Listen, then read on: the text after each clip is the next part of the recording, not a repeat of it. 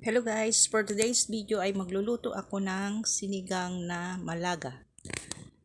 Una, lininisan ko ng mabuti yung isda, tapos linagyan ko ng asin, tapos nagpakulo na rin ako ng tubig sa kaserola. Linagyan ko siya ng kamatis, sibuyas, sa kaluya. Pagkakulo, linagay ko na rin yung isda na malaga.